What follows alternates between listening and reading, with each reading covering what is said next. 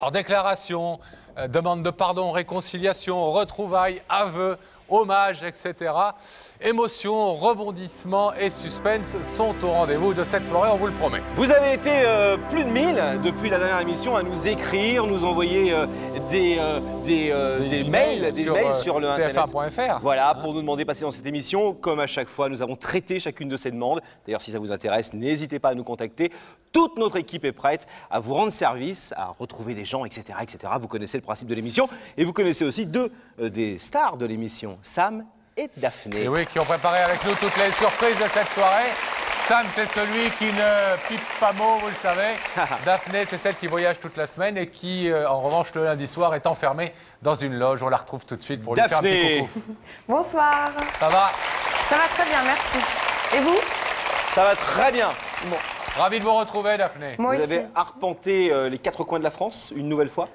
Comme à mon habitude. Bon. Et je pense qu'encore de jolies histoires nous attendent ce soir. Avec qui êtes-vous dans la loge? Je suis avec Marie. Bonsoir Marie, Bonsoir. qui vient de me rejoindre, qui n'a pas l'air complètement détendue. Je me trompe? Pas du tout. Pas du tout. Bon. Qu'est-ce que vous faites dans la vie, Marie? Je suis étudiante, je prépare les concours carrière sociale, assistante sociale, éducateur spécialisé. Et d'où arrivez-vous, Marie? De Lille. De Lille. Bon, Les ch'tis. Oui, une ch'timi. on va vous laisser parler voyage avec Daphné, puisqu'elle en fait beaucoup, elle, toute la semaine. C'est elle qui porte les invitations dans tous les coins de notre beau pays, et dans le Nord assez régulièrement, bien entendu. Donc, on coupe la connexion avec la loge, ce qui va nous permettre, ici sur le plateau, et à nos chers téléspectateurs, de découvrir qui veut, ce soir, dire une vérité. Et à nous Marie. allons accueillir sur ce plateau, Pascal, Dimitri.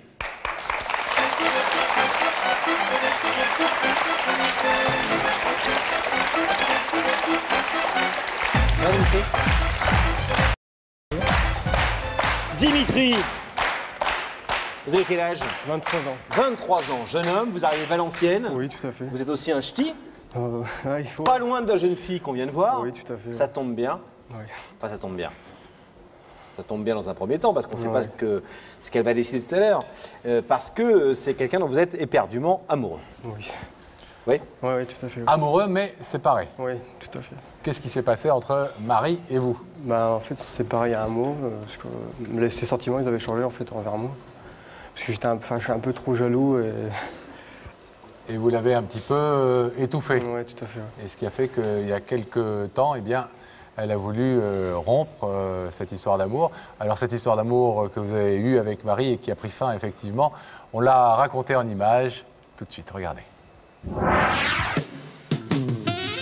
Beaux amours sur fond de mer, la vie en bleu, choc d'une rencontre pour Marie et Dimitri. Attention, passage de coup de foudre. Désormais, il n'y aura plus qu'un prénom, qu'une vie, elle et lui.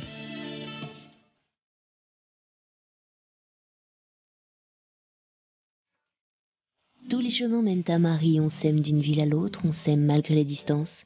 Dimitri vit à Valenciennes, Marie habite à Lille.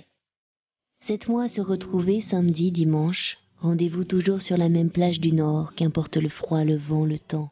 Le Nord a son soleil, c'est celui des cœurs. Les jours sans lui, les jours sans elle, seraient-ils des jours sans vie?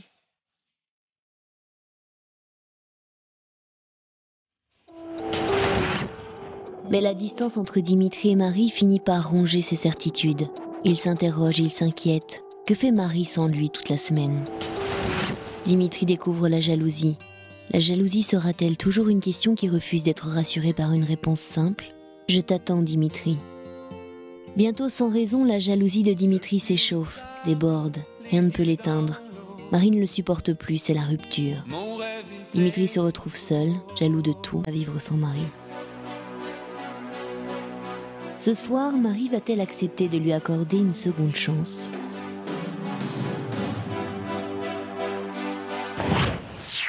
Ça, on va le savoir dans quelques instants. Elle vous a donné des occasions d'être jaloux, Marie, en 7 mois? Oui. Oui? Oui, mais en fait, quand on sortait en boîte, elle dansait avec ses amis, ça me plaisait pas trop, quoi. Oui. Mais je vais vous poser la question. Est-ce qu'elle vous a donné des raisons de danser? Moi, ma femme, elle danse aussi en boîte quand on va en boîte et je suis pas jaloux, quoi. Non. Elle a toujours été fidèle, elle a toujours tout à été fait, oui. droite par rapport à vous. Ça vous énervait quand elle dansait avec ses amis? Oui. Ah, vraiment un vrai jaloux, hein. Ouais. Et c'est cette jalousie qui, petit à petit, a usé un peu son amour pour vous et en tout cas son envie d'être avec vous. Oui, je pense. Qu'est-ce qu'elle vous disait? Bah, en fait, elle aimait bien passer des soirées avec des amis. Elle a des amis garçons et qu'elle passait les soirées avec eux, quoi. Moi, ça me plaisait pas. Donc les disputes se sont multipliées petit à petit. Comment ça s'est passé? Bon, c'est pas trop disputé, quoi. Non, on se voyait moins déjà. On se voyait moins.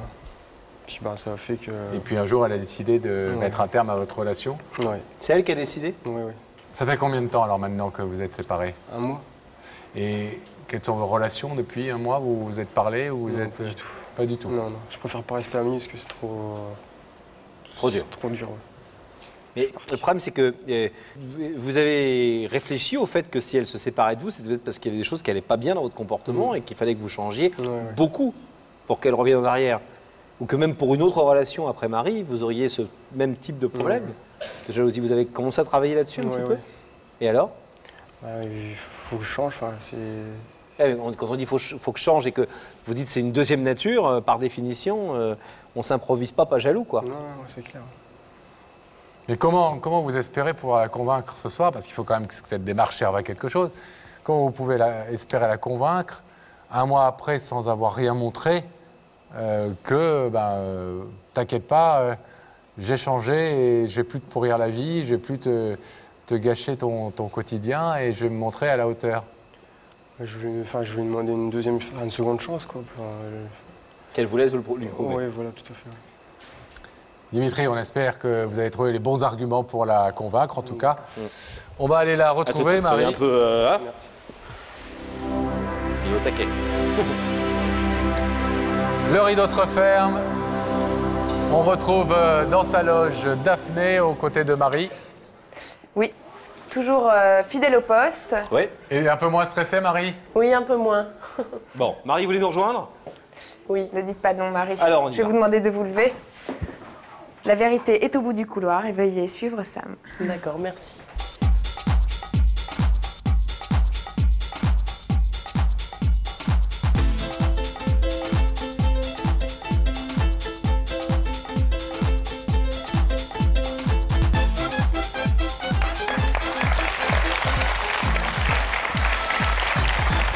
Comment ça va? Bien. Bienvenue. Prenez place, s'il vous plaît, Marie. Ça va? Ça va? Bien. Ouais. Bon. Vous connaissez l'émission? Oui. Vous l'avez déjà vue, vous savez que quelqu'un veut vous parler de l'autre côté de ce rideau? Petite idée? Non. Non. Aucune. Un indice? Regardez là-haut, Marie, s'il vous plaît. Quelqu'un va vous poser une question qui devrait peut-être vous mettre sur la voie. Es-tu plutôt du genre combative ou préfères-tu éviter les conflits? Ah! Vous êtes plutôt quelqu'un qui affronte les problèmes ou vous préférez la fuite? Je combats. Vous combattez. Ça vous aide? Non. Pas du tout. Ça tombe bien. Ça, c'est vrai que c'est un indice qui aide pas beaucoup. Marie, est-ce que vous voulez savoir qui se trouve maintenant de l'autre côté de ce rideau? Qu'est-ce qui vous a invité ce soir? Oui. Regardez à nouveau les écrans, s'il vous plaît. Nous allons y faire apparaître le visage de la personne qui voudrait vous parler.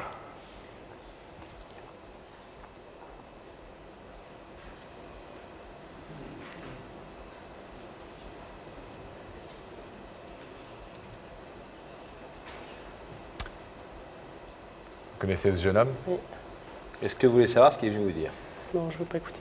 Vous préférez pas savoir ce que Dimitri est venu vous dire? Non. Vous le savez déjà? Oui. Et il connaît déjà votre réponse?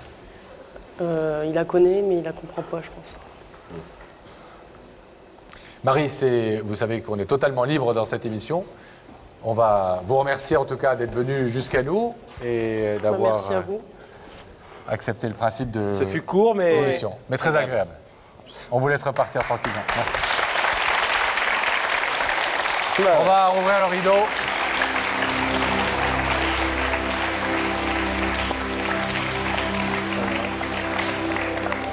Au moins, c'est clair. Ouais, c'est clair, voilà. C'est ce que je voulais entendre. Bon. Il faut maintenant peut-être passer à autre chose. 23 ans, Dimitri. la vie est longue. Puis on apprend beaucoup sur notre vie d'adulte dans les histoires d'amour qu'on a eu à 15 ans, 18 ans, 20 ans, 23 ans. Et parfois on se refait pas, mais parfois on se refait un petit peu, puis on apprend surtout. Courage. Ouais, courage. Salut. Salut. Merci. On va accueillir maintenant une jeune femme qui a une démarche très importante à faire ce soir. Oui, qui attend un heureux événement. Elle s'appelle Audrey, mesdames et messieurs.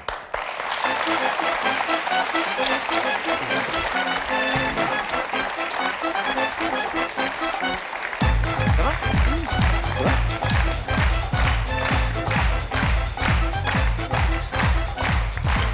Bonsoir Audrey. Merci. Prenez place, s'il vous plaît. Ça va? Ça va. Alors vous n'êtes pas... enfin, j'allais dire, on devine facilement votre état. Oui. Je viens de le dire. Ça se voit. Combien de mois? 6 mois, 7 mois? 6 mois et demi. 6 mois et demi. Oui. Garçon, fille, garçon. Garçon. Elle ventre un peu devant, comme ça. Tout devant. C'est garçon. Tout devant. Le garçon, tout devant. Les filles, c'est rond autour et le garçon, c'est tout devant. Non, mais là, ça va. Vous avez tout pour être heureuse. Un papa pour cet enfant, un bébé qui va naître bientôt. Tout se passe super bien. Vous êtes une magnifique femme enceinte. Mais il vous manque une chose. Oui. Un papa, mais pas celui de l'enfant que vous attendez, votre papa. Le mien, oui. Un papa pour vous, un grand-père pour le petit garçon à naître. Et c'est à ce papa, futur grand-père, que vous êtes venu parler ce soir. Vous n'avez pas vu depuis combien de temps? 11 ans. 11 ans. Que je ne lui ai pas parlé depuis 11 ans. Vous ne lui avez pas parlé depuis 11 ans C'est ça. à ce papa, et c'est lui que vous avez voulu inviter ce soir. Alors, avant d'en savoir un peu plus, en parlant avec vous, on va raconter votre histoire et voir comment, effectivement, après le divorce de vos parents, alors que vous aviez 5 ans, vos liens avec votre père se sont petit à petit distendus. Être parent, avoir un enfant et être toujours les enfants de cet étonnement-là. C'est papa, c'est maman, c'est Yves et Christine. Première photo d'une reine, c'est Audrey. Grands yeux rêveurs posés sur le monde et déjà une question comme une angoisse. Pourquoi faut-il qu'au bal des mariés succède la danse des séparations? Ce sera un jour avec maman, un jour avec papa. Mais très vite, un père devient discret, secret, un peu absent. Et voilà que le jamais sans mes parents d'Audrey devient le jamais avec papa. Papa, où es-tu? Pourquoi ce silence? Des années sans se voir et puis soudain le décès d'un proche provoque la rencontre surprise entre une fille et un papa inscrit depuis trop longtemps aux abonnés absents. Froideur, silence, les blessures d'une séparation trop longue empêcheraient-ils les cœurs de s'ouvrir? Quelques jours plus tard, la lettre d'un papa, quelques mots sur une feuille de papier veulent effacer la douleur des retrouvailles ratées. Il écrit ma puce comme on lance une bouteille à la mer, mais rien n'y fait. Quand les cœurs sont devenus durs, les mots sont faibles. Audrey ne veut pas lui répondre. Elle veut oublier les liens du sang dans les liens du cœur. Elle rencontre Ludovic. Une autre vie commence, une autre vie grandit en elle. Elle sera bientôt maman. Mais les amours ne s'échangent pas, elles s'additionnent. Son père Yves lui manque. Être jeune, être mère, voir tous les jours son enfant grandir et se dire « cet enfant a un papa ». Et moi, mon père, qu'est-il devenu? Ce soir, une femme, une mère, une fille veut retrouver son père pour qu'il soit toujours présent. Comment Yves va-t-il réagir?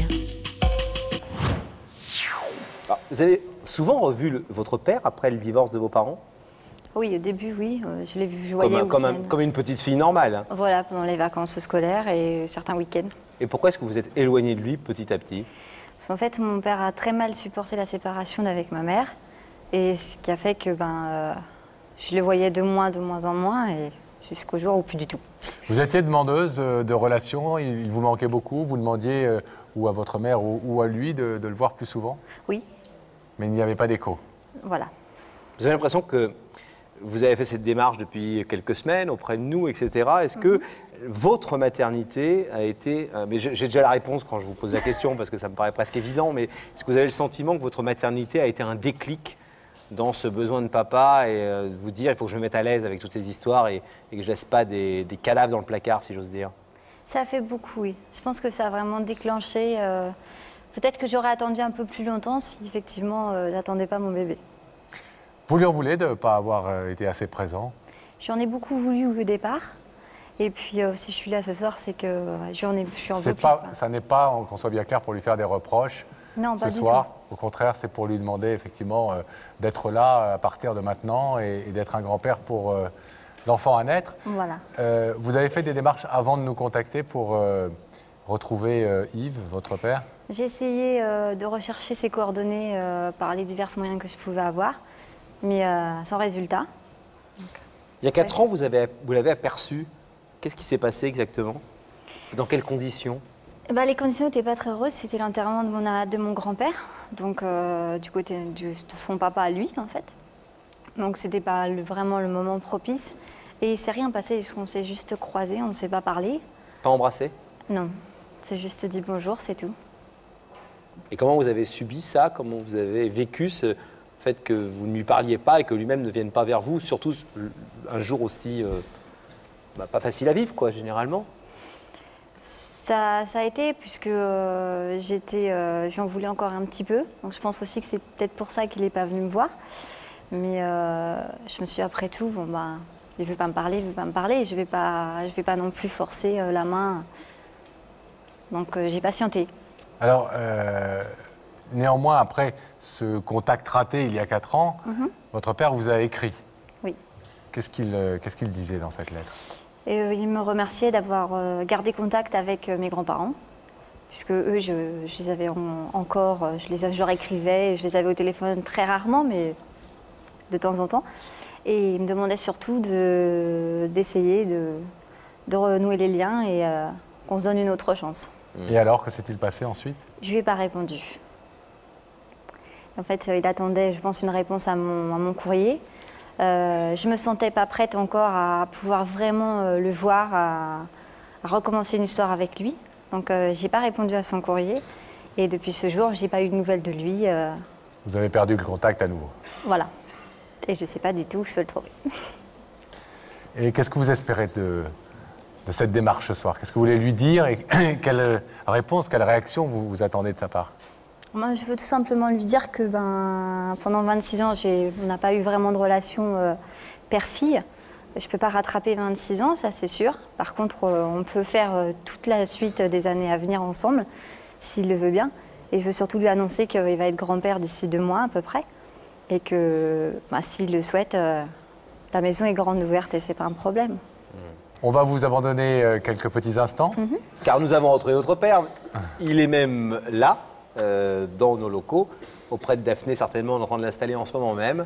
Donc vous allez pouvoir le revoir 11 ans, enfin même si vous l'avez vu une fois il y a 4 ans, 11 ans plus tard, et lui parler. D'accord. À tout de suite. À tout de suite.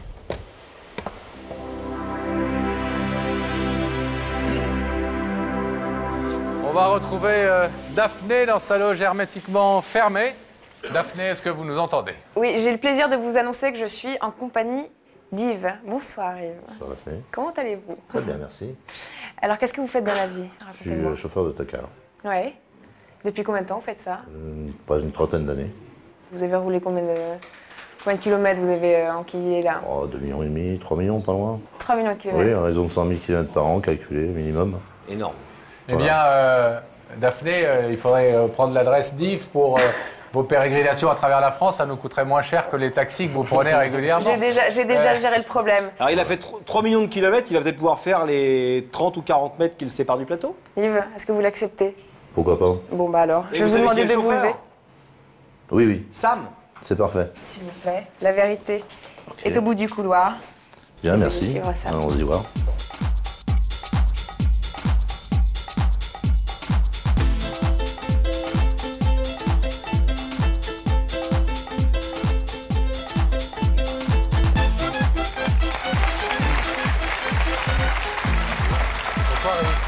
Bienvenue.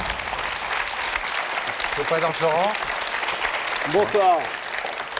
Asseyez-vous, s'il vous plaît. Voilà. Chauffeur de bus. Oui. D'autocar. D'autocar. On a eu un chauffeur de bus qui habitait Nice il y a quelques mois. Sébastien. Pascal Sébastien, qu'on embrasse s'il nous regarde ce soir. Oui. Tout va bien, Yves? Ça va. Oui. Ouais.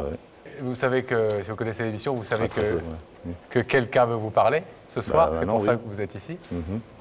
Petite idée? Aucune, non. Aucun doute. Tellement de monde que je sais pas. Il y a beaucoup de monde qui pourrait être amené Ouais, ce soir éventuellement, à venir vous parler. 3 millions de kilomètres, Pascal. Ça fait des rencontres. Il en a vu du monde. Et des voyageurs. Ouais. Mais c'est quelqu'un d'important dans votre vie, très certainement, parce qu'ici, c'est des choses importantes qui sont dites. Ouais, c'est Positives, ça qui m'inquiète toujours. un peu, là, ouais. Mhm. Est-ce que je vous mets sur la route via un petit indice? Vas-y, ouais. Regardez là-haut, s'il vous plaît. Yves, est-ce que tu crois qu'il n'est jamais trop tard pour vivre une grande histoire d'amour? Ah, qu'il n'est jamais trop tard pour vivre une grande histoire d'amour. C'est un indice un peu... Qu'est-ce que vous en pensez? Bon, je pense pas, non, vraiment trop tard, non. Je n'ai pas de réponse, hein. Bon, on peut aimer à tout âge, donc... On peut aimer à tout âge, on peut être aimé à tout âge, maintenant... On peut trouver ou retrouver l'amour n'importe quand. Ouais, peut-être bien, ouais. Il vient peut-être bien. Un deuxième indice? Si vous voulez. Regardez au même endroit, s'il vous plaît. Yves, est-ce que dans la vie, tu aimes les grands changements? Ah, est-ce que vous aimez ce qui change, ce qui bouge? Bah, vu ma profession, je pense que oui, quand même. Ouais. Vous aimez bien avoir des nouvelles infos, des nouvelles choses qui arrivent dans votre maison, dans la famille, dans vos amis, dans vos amours. Ouais, dans la maison, ouais, dans mon métier. Pas trop dans la famille et pas trop dans les amours. Dans la famille, il n'y en a pas trop. J'ai ce qu'il faut, quoi, en nouvelles, quoi, c'est suffisant. J'avais pas trop, mais enfin, ça va, quoi. Yves, est-ce que vous voulez découvrir l'identité de la personne qui vous a invité ce soir sur le plateau? Vous savez que vous pouvez finalement décider d'en rester là. Ouais, alors je serais venu pour quoi faire. Hein. Ben oui. J'aurais attendu pourquoi, donc. Voilà. Non. Bien sûr que oui. Hein. Alors, s'il vous plaît. Sachez au moins pourquoi je suis venu. Vous allez pouvoir découvrir le visage de cette personne dans ces écrans qui sont au-dessus de votre tête.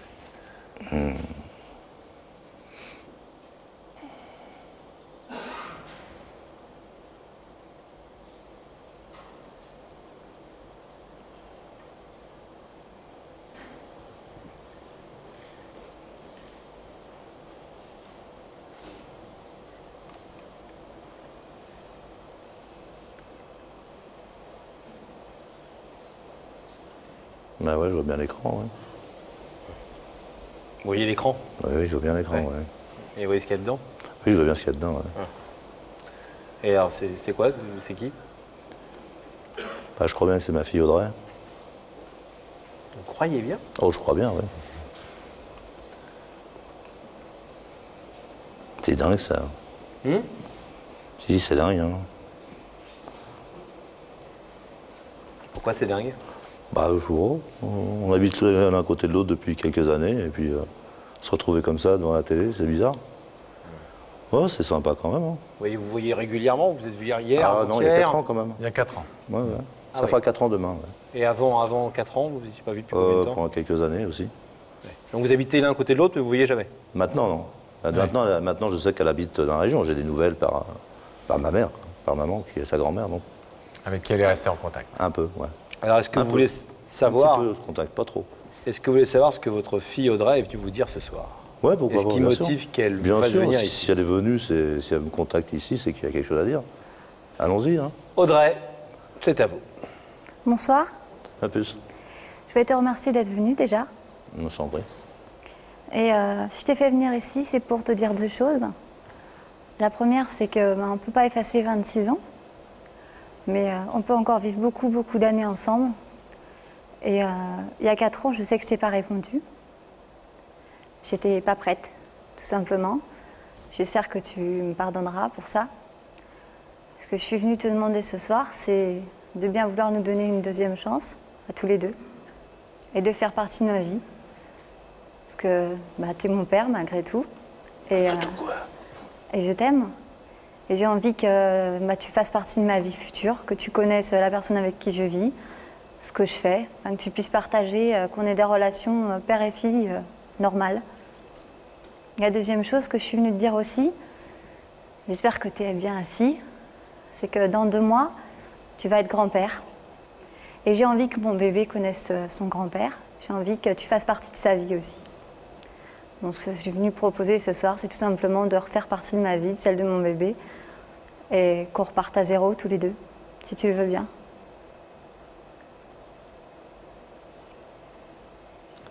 C'est une belle surprise, Yves, de voir cette fille que les années...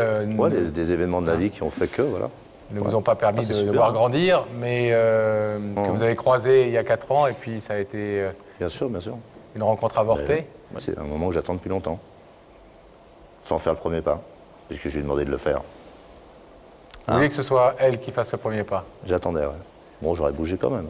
J'ai écrit, il m'a pas répondu, comme elle vient de vous le dire. Eh ouais. J'étais pas prête à te répondre. J'ai entendu. J'ai entendu. Alors Yves, on a compris que vous étiez heureux, mais néanmoins, pour respecter les formes, je vais vous demander de vous lever, s'il vous plaît, face au rideau. Yves Audrey est venue ce soir, après bien des années, pour vous dire qu'elle souhaitait rencontrer enfin ce père qui lui a beaucoup manqué. Est-ce que vous êtes d'accord pour renouer des liens avec votre fille? Mais bien sûr. Ouais. Vous ouvrez le rideau? J'ouvre.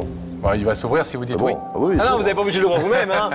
Oula, c'est automatique, regardez, hop, ça s'ouvre. On n'arrête pas le projet. Il y a un énorme mécanisme. Allez la revoir.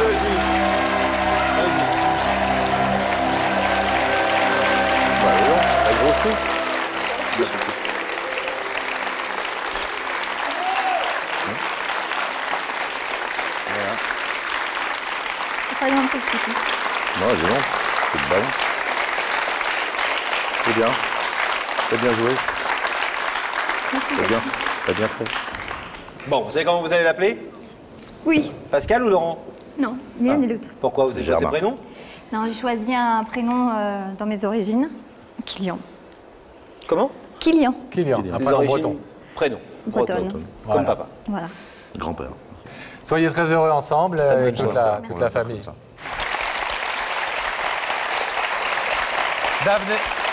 Daphné, qui est à vos côtés dans la loge?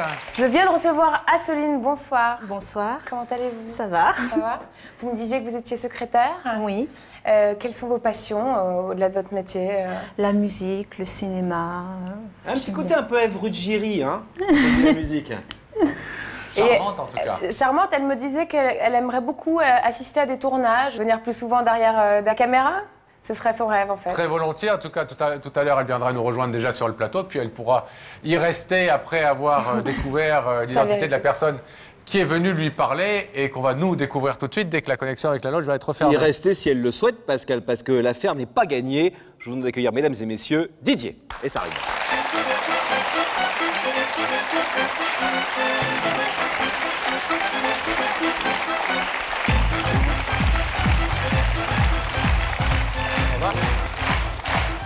Alors, Didier, c'est un garçon, comment dire, romantique.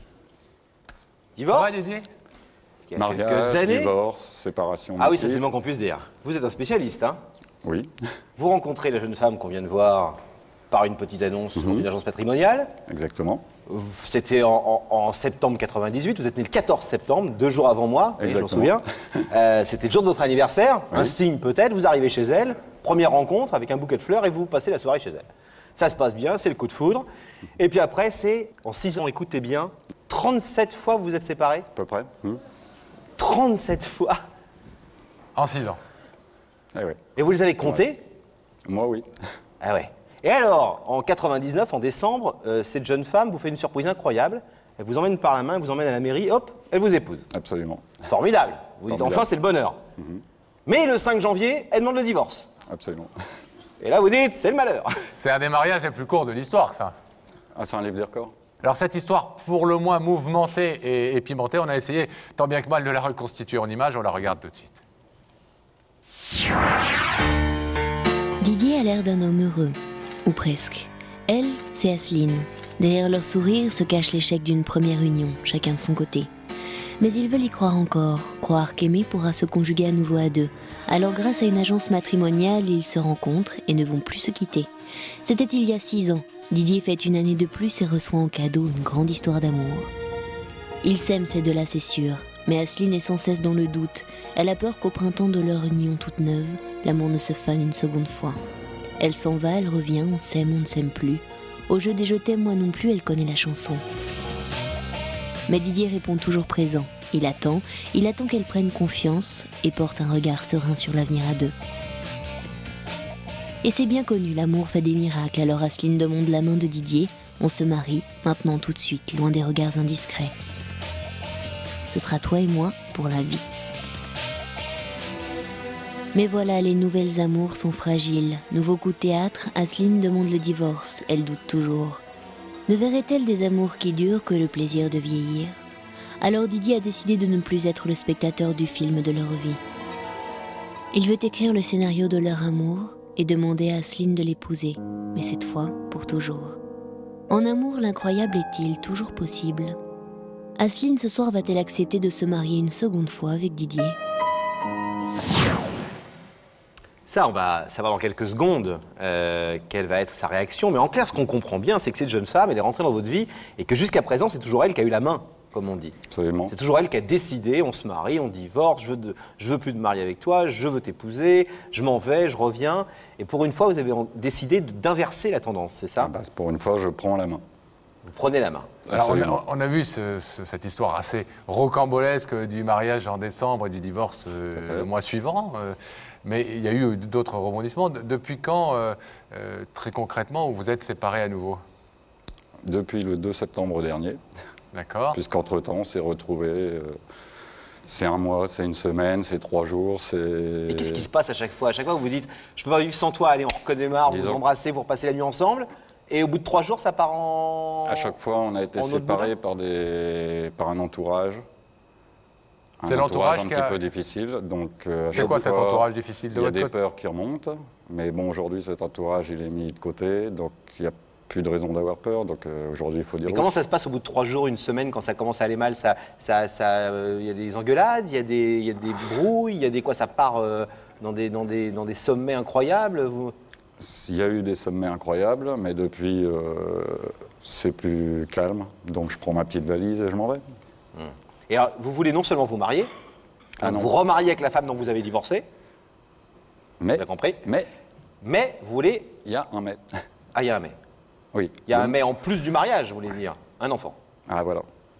Parce qu'à chaque fois, on se promet d'avoir cet enfant, ne serait-ce que pour les nôtres, et parce qu'ils attendent un petit frère ou une petite sœur. À chaque fois, on se le promet, on le promet à nos enfants. Alors, les vôtres, on ne les a pas vus dans le sujet, mais vous avez des enfants chacun de votre côté, c'est ça? Combien, vous? Moi, un seul. Oui. Il a 10 ans, votre garçon. Mon petit Johan, 10 ans, oui. Et Asseline? Elle en a 2, et 2 petites filles. Et tous ces enfants s'entendent très bien? À merveille. Vous aimez beaucoup l'un et l'autre? À merveille. Et ne souffre pas trop de cette je pense que si, valse à 3 temps? Tout à fait. On s'aime, on se quitte, on se retrouve? C'est pour ça qu'il faut arrêter, il faut prendre une décision une bonne fois pour toutes. Pardon de vous poser la question, vous ne répondez que si ça n'est pas indiscret. Vous avez eu, pendant ces périodes de séparation, l'un ou l'autre, ou l'un et l'autre, d'autres relations? Quand vous vous séparez, ça vous est arrivé? Moi non, elle oui. Mais ça, je lui pardonne et puis je m'en fiche. Quelles sont vos relations en ce moment avec elle? Zéro. Zéro. Depuis le 2 septembre, aucun contact. Aucun contact? Non. Et vous a pas appelé? Non. Moi, je l'ai relancé en envoyant une paire de cadeaux, une paire de courriers, des textos. Et non, la paire et de ce claques, soir, elle aura la paire de claques. Et alors? Et pas de réponse? Ah, pas de réponse. Et est-ce que vous, juste une dernière question un peu sérieuse, est-ce que vous vous dites pas qu'avoir un enfant, c'est quand même une démarche importante, surtout que vous êtes déjà papa et maman l'un et l'autre, vous savez à quel point c'est important, à quel point un enfant ça a besoin de stabilité, que les parents soient ensemble, ou d'ailleurs qu'ils se séparent, même quand les parents se séparent, les enfants ont besoin de respect commun, de stabilité, pas de crise, etc. Vous avez l'impression que vous êtes à même aujourd'hui, vous parlez d'un enfant tout de suite, là dans pas longtemps, de proposer cette stabilité l'un et l'autre? Pour ma part, oui. Donc Asseline, il faut que ce soir, elle prenne la décision, elle aussi, de le faire. C'est encore elle qui m'en a parlé au mois de septembre dernier. Là. Donc on est venu à Paris faire une petite fête, on va dire une deuxième nuit de noces, et on a parlé de refaire un enfant. Et vous êtes prêt à affronter l'idée que ce soir, finalement, elle n'ait pas envie que ce soit la 37e réconciliation et d'en rester à 36 et que ce rideau reste fermé? Oui. Pour moi, au moins, ce sera une réponse définitive et puis j'arrêterai de l'attendre sur le coin de ma fenêtre. C'est ça que vous êtes venu chercher, une réponse? Non, je suis surtout venu chercher la petite Eva qu'on s'était promis. D'accord. Ah, c'est une fille? Ah on verra. C'est parti dans ce sens-là. Bon Didier, écoutez, c'est un soir important pour vous. avec une réponse pas du tout gagnée de l'autre côté de ce plateau, où nous allons maintenant accueillir Asseline. Donc, on vous souhaite bon courage. On vous laisse patienter quelques petits instants. À tout de suite. Bon courage à vous. Ouais.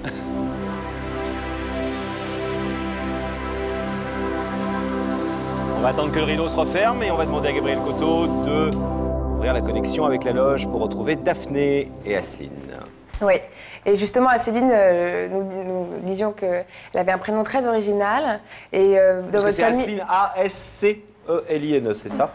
Et dans votre famille, apparemment, c'est la mode, les prénoms originaux. Vous me disiez que votre frère s'appelait comment? J'ai un frère qui s'appelle Iriex, Ouais. Veredem, Ah oui, d'accord. Berthold, Eudes, Rémi, Rémi, Enfin, voilà. bon, on va s'arrêter là pour l'instant. C'est Pascal et Laurent que vous allez retrouver.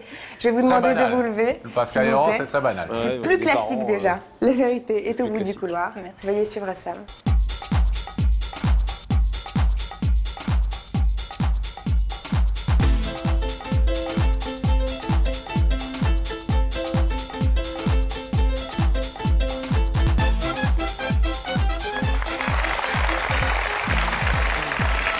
Bonjour, ça va?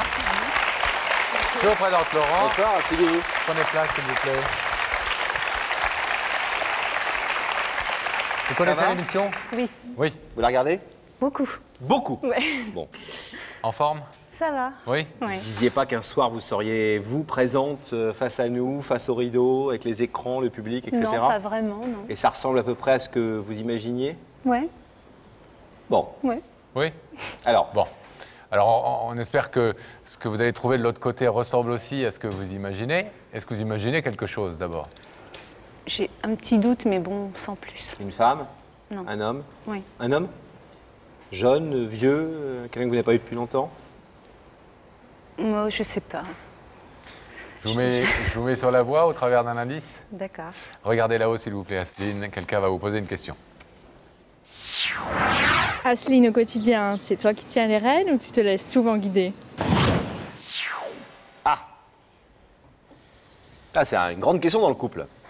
Dans le couple, il y a souvent, pas toujours, mais souvent, un des deux qui tient un peu les rênes du quotidien. Est-ce que vous êtes plutôt de ce bois-là? Je pense, oui. Oui? Un peu. C'est vous qui décidez des choses Un peu beaucoup. un peu beaucoup? Des fois, un peu trop. Vous aimeriez quelquefois être un peu prise en main et Oui. que l'autre prenne l'initiative? Oui, un peu plus soutenu, oui. Asseline, est-ce que vous voulez, puisque là encore, c'est vous qui avez la main, c'est le principe de cette émission, vous pouvez décider à n'importe quel moment d'interrompre le processus. Est-ce que vous voulez pour l'instant déjà savoir qui se cache derrière le rideau? Oui. Vous voulez découvrir son identité? Oui. Regardez son visage qui va apparaître dans l'écran.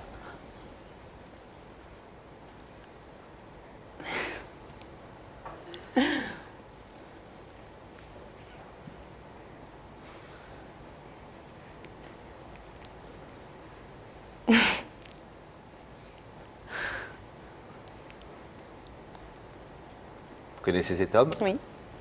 Bien? Oui. Est-ce que vous voulez savoir ce qu'il est venu vous dire ce soir? Oui. Vous voulez l'écouter, Didier? Oui. Didier, c'est à vous. Salut Choupinette. Je pense que tu sais pourquoi je suis là ce soir.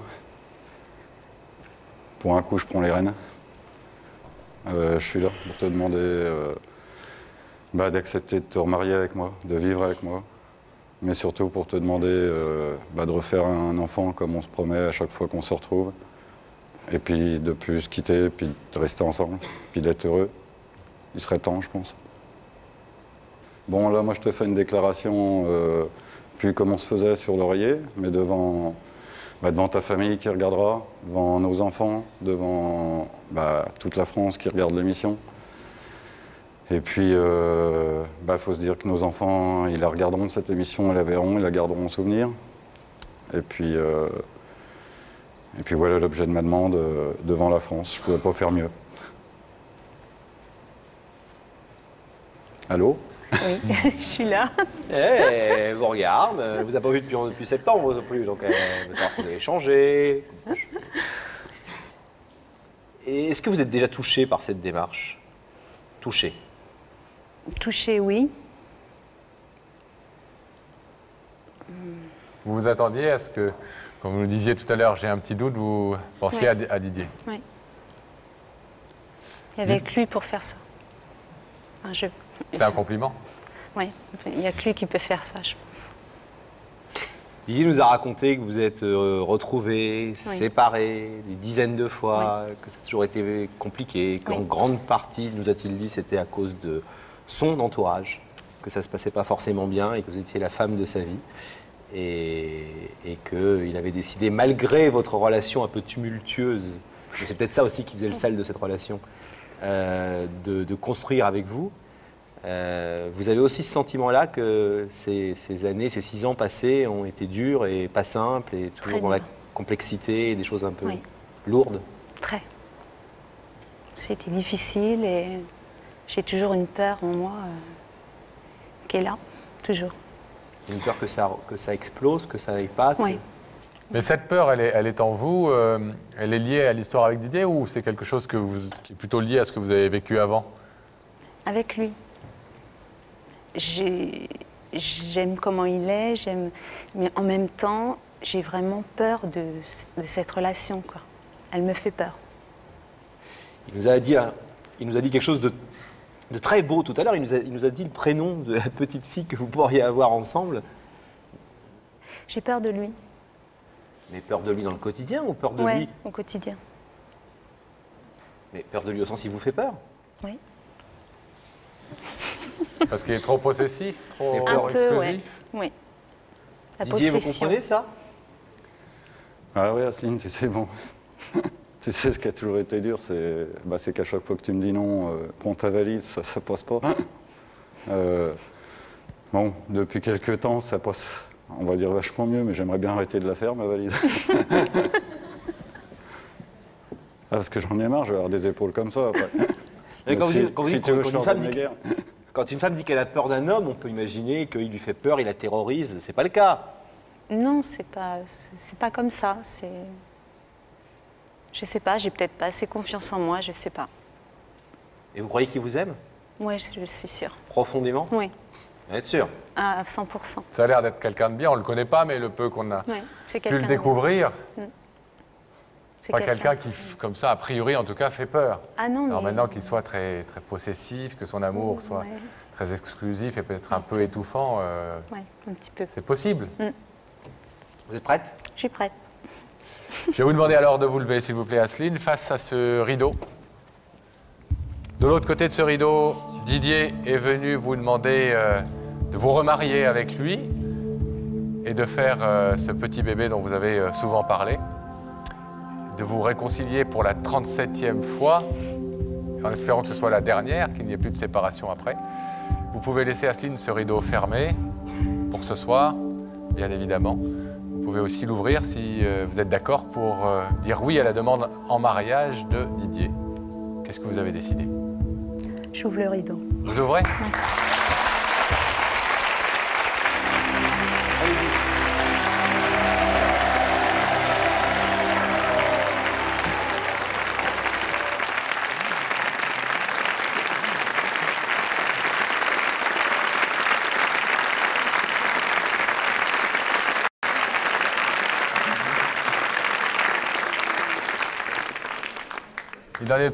Il en est tout tremblant, Didier. On vous comprend. On vous comprend, on est tous très émus. Je viens de dire à Pascal, il l'aime son Asseline. Ça, c'est sûr que vous donnez un bel exemple d'amour et de persévérance et d'obstination tous les deux, mais on espère que ça va payer cette fois-ci et qu'il n'y aura plus de séparation. À bientôt. Merci beaucoup. La jeune femme que nous allons recevoir maintenant nous a contacté il y a quelque temps avec une démarche à la fois très étonnante, très émouvante. Laurent, et on va l'accueillir. Oui, c'est presque un nouvel espace que nous pouvons offrir dans cette émission, Pascal.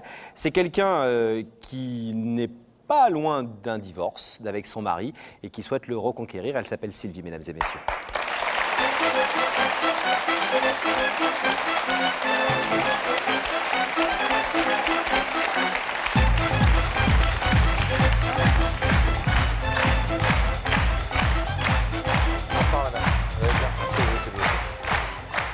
Bonsoir Sylvie. Bonsoir. Vous allez bien?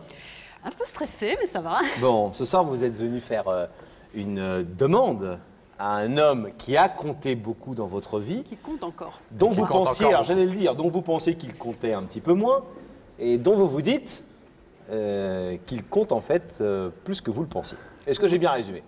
Oui, c'est tout à fait ça. Bon. Comment s'appelle-t-il? Franck. Franck. Franck, c'est donc votre mari? Oui. Depuis combien de temps? Depuis 5 ans, 5-6 ans, bientôt 6 ans. Et Franck a réagi comment par rapport à... Alors Franck, c'est un peu paradoxal. Franck n'a jamais voulu divorcer en fait. Pour lui, c'était, je reste la femme de sa vie, j'étais la femme de sa vie, il voulait que je porte son nom jusqu'à la fin de sa vie. Et voilà, j'ai beaucoup insisté, j'avais vraiment, je pense peut-être un petit côté dépit, enfin... De fierté quoi. Ouais, peut-être de fierté, je me dis mince. Et non, il ne voulait pas divorcer, j'ai vraiment beaucoup insisté. Bon, et alors du coup, aujourd'hui, avocats, tout le monde s'en aimait, vous avez des enfants? Oui. D'accord, qui ont quel âge? Alors 25 et 23 ans. 25 et 23 ans.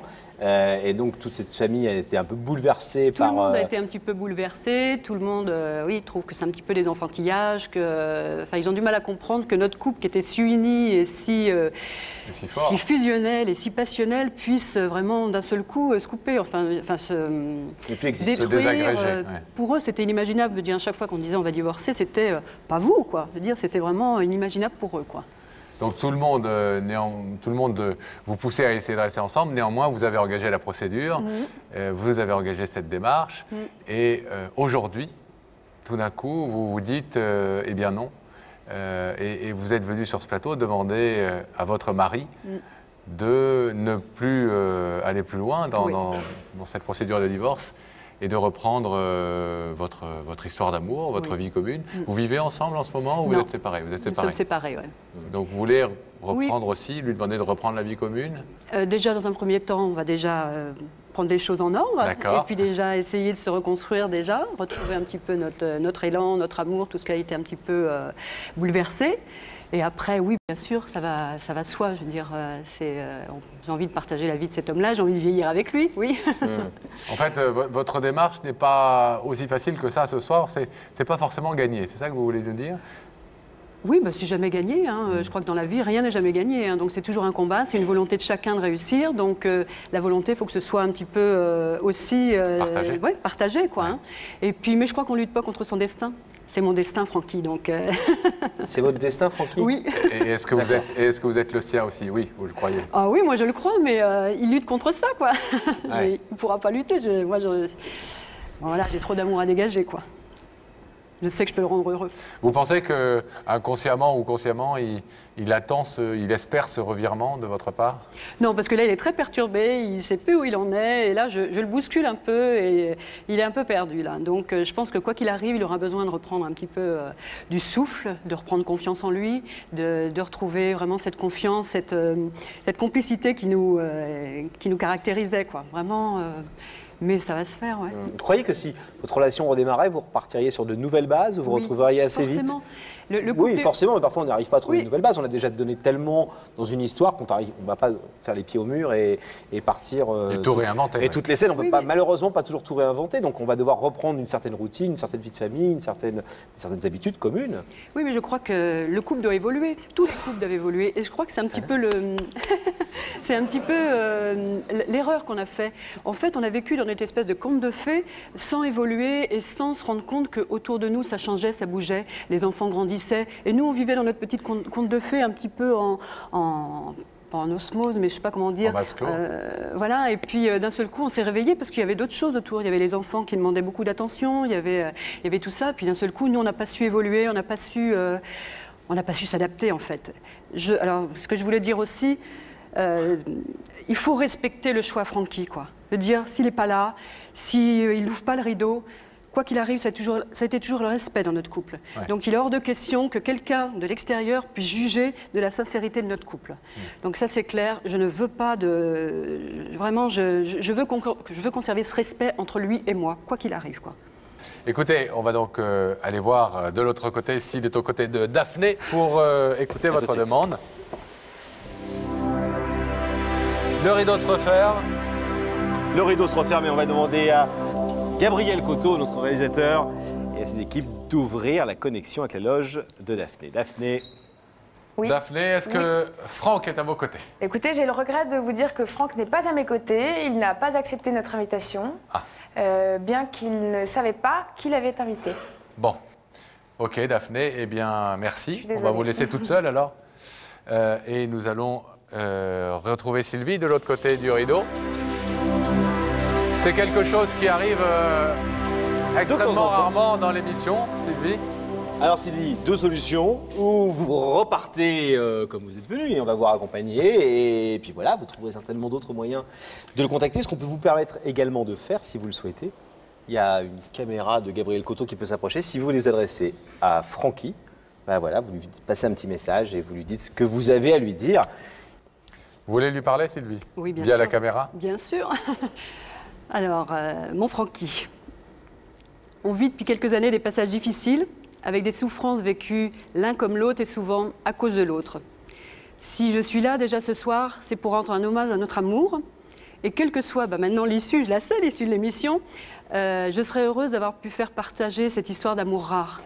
Parce que c'est vraiment une chance formidable tous les deux de s'être rencontrés et d'avoir vécu ce qu'on a vécu. D'abord, une complicité de tous les instants. On était capable de savoir l'un comme l'autre ce que l'autre pensait, rien qu'en échangeant nos regards. Mon cœur qui bat plus fort, et il bat beaucoup ce soir. Qu'est-ce que ça y a tout, ton rire, tes manies, tes éternels retards, tes préparatifs sans fin, tes volumineux bagages. Et tout ce qu'il sait, j'imagine, que vous n'avez pas besoin de dire. Voilà, les animations, les repas entre amis. Et votre amour, en tout cas, voilà, que vous avez prouvé ce soir. Le besoin de sentir et de savoir comment il va. Nos enfants qui faisaient partie intégrante de notre bonheur et qui feront toujours partie intégrante de notre bonheur. Et bien tout ça, Francky, ça remplissait merveilleusement ma vie. Maintenant, c'est un grand vide, un espace jamais comblé. Et voilà, donc je vais te dire ma vérité. Enfin, je vais te le dire par caméra interposée. Tu es, tu resteras jamais l'homme de ma vie. Tu te souviens de ce qui a gravé dans nos alliances? Moi pour toi. Tu as la suite. Je voulais juste te demander de rester ta femme officiellement jusqu'à la fin de ma vie, parce que je t'aime.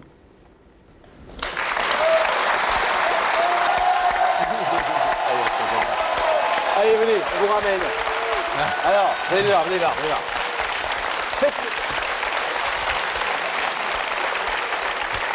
Faites-nous une promesse, c'est qu'on va vous laisser partir ce soir. Vous savez qu'on suit toujours les histoires, les personnages de nos histoires qui viennent, nos journalistes, nous, etc. Vous êtes nombreux à pouvoir en témoigner, ceux qui regardaient l'émission et qui est déjà passée. On est là, toujours là, donc vous nous tenez au courant. Et si Francky répond à notre appel, il ira boire un coup avec nous, on discutera. En tout cas, on permettra même peut-être de suivre votre histoire avec une petite caméra, si vous le permettez. Je vous remercie d'avoir pu me laisser passer mon message. Vous avez donné un exemple merveilleux d'amour, de courage, de détermination oui, aussi. Du courage, je pense, ouais. Et de respect. Et de respect. Et on est bien heureux de vous avoir rencontré ce soir. Sylvie, on souhaite la meilleure issue à votre histoire d'amour avec Franck. C'est par là, Sylvie.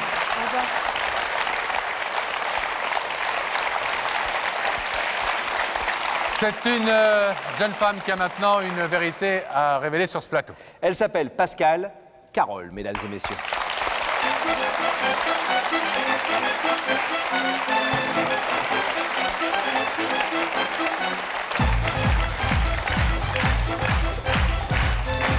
Bonsoir. Ça va? Bonsoir Carole. Prenez place s'il vous plaît. Ça va? Pas trop stressé? Un petit peu quand même. C'est un moment important ce soir. Oui. Vous êtes là, Carole, pour retrouver votre frère, qui s'appelle Philippe. Oui. Depuis combien de temps est-ce que vous ne l'avez pas vu? En gros, une dizaine d'années, quoi, une petite dizaine d'années. Une dizaine d'années? Oui. Et depuis ces 10 ans, aucune nouvelle de lui? Ou par personne interposée, mais non, pas. J'ai jamais eu de contact proche avec lui. Le dernier contact proche avec lui, c'était lors de mon mariage, donc il y a bientôt 10 ans. D'accord. C'est un grand frère?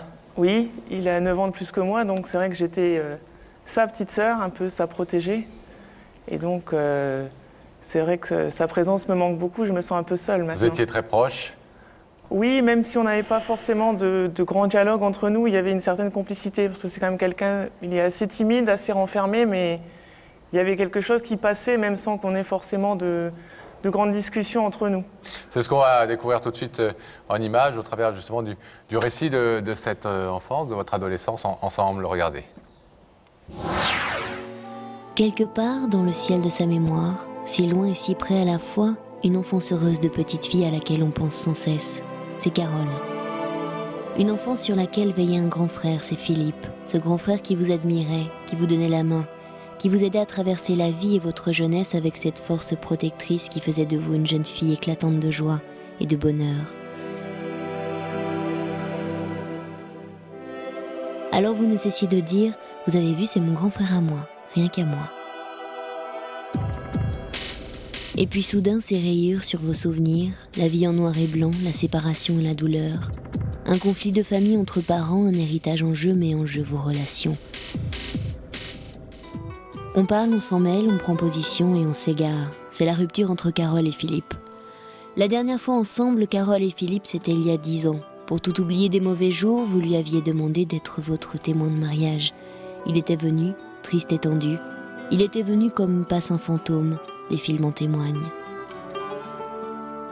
Sensible mais lointain, Philippe, emmuré dans un silence étrange et sans fin que le passage à la mairie, le banquet, la fête, rien n'était parvenu à rompre.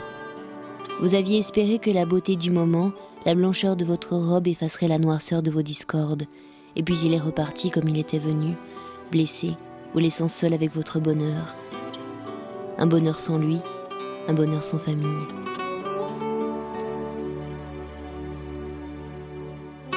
Alors passez photo d'une vie ensemble, passez photo sur cœur glacé, avec autant de souvenirs en commun pour finalement ne plus se voir.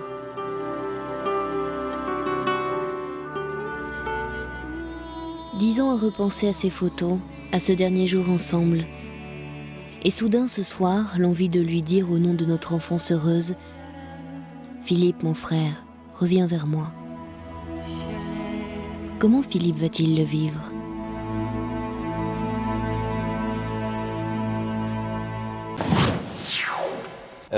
Quand vous avez pris position et quand il y a eu cette guerre à cause de l'héritage, on ne va pas rentrer dans le détail, je pense que c'est les habituelles histoires de famille, ça a été très violent entre votre frère et vous. Vous avez eu des positions très différentes l'un et l'autre?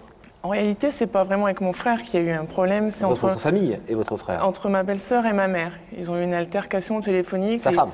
Oui, donc sa femme. Et c'est suite à ça que les choses ont dégénéré. Et puis, petit à petit, mon frère a cessé de voir mes parents et puis moi. Donc à l'époque, ça s'est passé, je vivais encore chez mes parents, je n'étais pas encore mariée. Donc j'étais encore jeune aussi, j'avais pas assez de recul, je pense, par rapport à l'histoire pour prendre position, je connaissais pas encore beaucoup de choses de la vie non plus, donc j'ai pas pris pour ma position ni pour l'un ni pour l'autre. Vous étiez chez vos parents tout simplement. Voilà. Mais ce que je ressens, c'est que pour moi, j'étais un peu victime d'une injustice parce que j'étais pas la première dans cette histoire et que j'en ai subi les conséquences, quoi. J'aurais aimé que ne pas être Vous n'avez impliquée. jamais eu d'explication avec Philippe à ce sujet? Non. C'est d'ailleurs pour ça que je suis là ce soir, pour essayer d'effacer le passé et puis penser à l'avenir, quoi. Dans la vidéo de votre mariage que vous nous avez prêtée, ce qui est incroyable, c'est qu'on voit votre frère, effectivement, et d'ailleurs le sujet le montre bien, comme un fantôme. Oui. Le visage est refermé, il est tout le temps à moitié en train de partir, comme ça, etc. C'est vraiment le sentiment que vous avez eu. Alors je pense que vous aviez d'autres chats à fouetter ce jour-là, et on sait ce que c'est qu'un mariage. C'est une journée où on a surtout la mariée, la tête partout ailleurs. Mais est-ce que vous avez quand même eu le temps de voir, d'avoir un œil sur ce frère qui errait comme ça, sans trop savoir ce qu'il faisait là? Plus ou moins, c'est vrai qu'avec l'émotion du mariage, etc., on n'a pas forcément trop le temps de s'occuper de tous les invités, quoi. C'est vrai que... Vous le revoyez sur les images maintenant, ça? Vous le ressentez sur les images? Oui, c'est vrai. Parce que ça fait très longtemps que je l'ai visionné, cette cassette. Et oui, là, on le ressent nettement. Depuis, aucun contact? Une fois, peut-être, j'ai essayé de lui écrire, mais j'ai pas eu de réponse. J'ai dû essayer de l'appeler une fois, pareil, j'ai pas eu de réponse. Ah si, pour le baptême de ma fille. Je l'avais appelé pour demander qu'il soit le parrain, mais il a refusé. C'était il n'y a pas très longtemps, parce que vous avez une petite fille qui s'appelle Camille, et qui a 2 ans. Oui, donc c'était au printemps 2003 que je l'avais appelé. Est-ce que vos parents sont au courant de votre démarche ce soir? Oui, depuis quelques jours, oui, puisque ce sont eux qui ont la garde des enfants. Donc, et ils vous soutiennent? Bien sûr. Qu'est-ce que vous savez de ce qu'il peut ressentir à votre égard? Je pense que je suis quand même toujours sa petite sœur, quoi. Je sais, quand j'étais plus jeune, il aimait me protéger en quelque sorte. J'étais, oui, sa petite sœur. C'est une démarche en tout cas personnelle que vous faites Oui, ce soir. tout à fait. Hein, Oui. c'est pour reprendre vous et pas le reste de la famille, des relations avec Oui. Philippe. C'est ce que vous allez lui dire aussi. Oui, tout à fait. Vous pensez que ce rideau a des chances de s'ouvrir? J'espère fortement. C'est le but de ma démarche. Et sinon? Sinon, j'espère qu'il écoutera le message que je suis venu lui dire. Et au moins, il saura que je suis là, que je pense à lui, qu'il me manque énormément. Je l'aime parce que c'est mon frère. Eh bien, nous allons voir effectivement s'il a accepté notre invitation, Oui. la vôtre en l'occurrence, Oui. s'il se trouve aux côtés de Daphné. On vous abandonne quelques instants.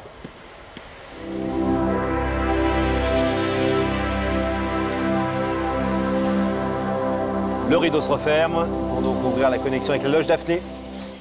Oui, Pascal et Laurence. C'est Laurent qui vous parlait, Ah, c'est pas pardon. grave. Tout va bien, Daphné. Vous êtes avec qui? Je suis avec Philippe.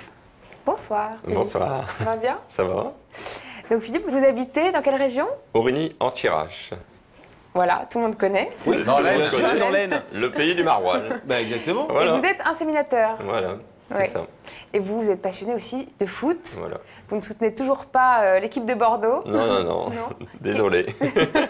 En tout cas, Philippe, vous avez un visage réjoui et on se réjouit, nous, de vous retrouver sur le plateau dans quelques petits instants. D'accord. Je ne vais pas vous faire patienter plus longtemps, Philippe. Je vais vous demander de vous lever. La vérité est au bout du couloir et veuillez suivre Sam.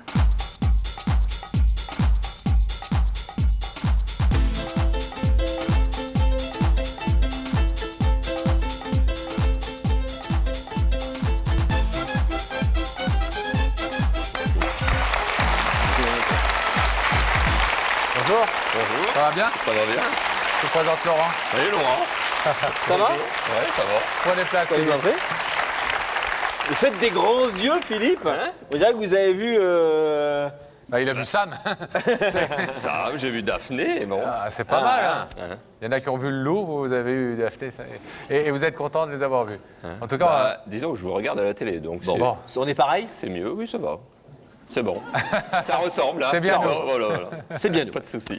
En tout cas, vous êtes charmant, vous avez l'air de bonne humeur et on est ravis de vous recevoir. Vous savez que quelqu'un nous a demandé de vous inviter, Voilà. quelqu'un qui a quelque chose d'important, à ses yeux en tout cas, à vous dire. Est-ce que vous avez une petite idée? Oui, j'ai une idée. Oui? Oui. Et ça vous fait sourire? Ça oui, fait ça rire. fait sourire. Bon. Cette idée, vous la gardez pour vous pour l'instant? On peut prendre les indices, ça. Allez, on prend un Oui. indice. Alors Allez. sinon, vous avez Vous faites comme le chez vote vous, du hein. public, Ouais, le 50-50 et le coup de fil à un ami. Ouais, voilà. C'est ça, non? Oui, mais ça, c'est chez Jean-Pierre. Jean-Pierre, ouais. Chez nous, c'est l'indice C'est l'indice. dans l'écran qui est situé au-dessus Voilà. de votre tête, Là-haut. Philippe. C'est ça. Alors, c'est tout de suite, regardez. Philippe, est-ce que tu crois qu'il y a un temps pour les conflits et un temps pour l'amour? Ça vous aide? Oui. Ça vous pour moi, conf- mon idée était déjà faite, donc... D'accord. Est-ce qu'il y a un temps pour le conflit et un temps pour, Oui, un temps pour tout, c'est certain. pour l'amour? Il y a un temps pour tout. Vous pensez qu'il y a un temps où le conflit peut s'apaiser et où les mains tendues sont bonnes à prendre? Ça dépend. Ah, Ça dépend. bon. Alors, vous connaissez l'émission? Oui. Vous savez qu'il y a des indices là-haut? Oui. Mais il y a une nouveauté cette année. Ah. C'est des chansons. Des chansons, On oui, fait un peu- on l'indice peut- un peu de musical, variété, oui. hein? L'indice musical.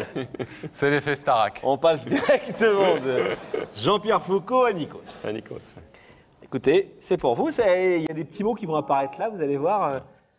Ça devrait vous donner un indice normalement, écoute.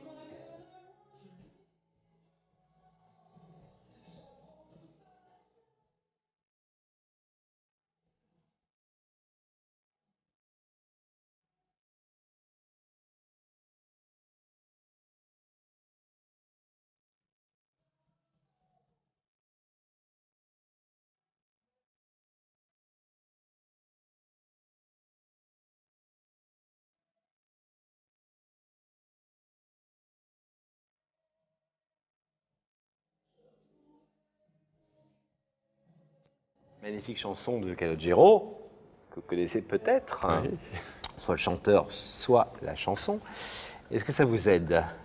Oui, C'est toujours la même idée pour moi. Ça enfonce un peu plus le clou. Ouais, le clou, il s'enfonce. Bon, je pense. Alors, est-ce qu'on achève le travail, en découvrant tout simplement l'identité de la personne qui est de l'autre côté du rideau? Oui, vous êtes prêts, Philippe? On va voir le visage. Alors, on va allumer cet écran sur ce qui se passe de l'autre côté du rideau. S'il vous plaît, Gabriel Coteau.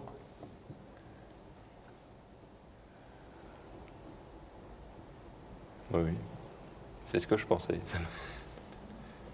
Ça ne me surprend pas. Vous connaissez cette jeune femme? Oui, oui, je connais. C'est ma sœur. Charmante jeune femme. Est-ce que vous voulez savoir ce que votre sœur est venue vous dire ce soir? Bah oui, je suis venu là donc. Et l'entendre. On va l'entendre. Ouais. C'est logique. C'est à vous. Bonsoir Philippe. Bonsoir. Donc si je suis venue là ce soir, c'est pour que tu saches que je pense beaucoup à toi, tu me manques beaucoup. Tu es toujours mon grand frère.